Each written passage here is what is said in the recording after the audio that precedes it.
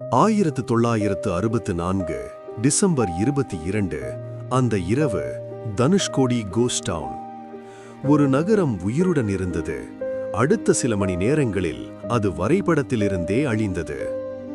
ராமேஸ்வரம் அருகே இருந்த அந்த சிறிய நகரம் கடல் மற்றும் மனித வாழ்க்கை ஒன்றாக கலந்த இடம்.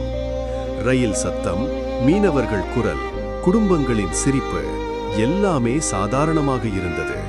ஆனால் அந்த இரவு கடல் அமைதியாக இல்லை. அதிகாலை நெருங்கும் போது 250 கிலோமீட்டர் பெர் மணி வேகத்தில் புயல் கரையை தாக்கியது. அலைகள் 20 அடி உயரம் வரை எழுந்த நகரத்தை விழுங்கத் தொடங்கின. பாம்பன் தனுஷ்கோடி பயணித்த ரயில் முழுவதும் நீரில் மறைந்தது.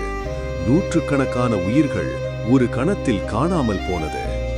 காலை உதித்தபோது வீடுகள் இல்லை, மனிதர்கள் இல்லை. ஒரே மிச்சம் இருந்தது சிதைந்த சுவர்கள் மற்றும்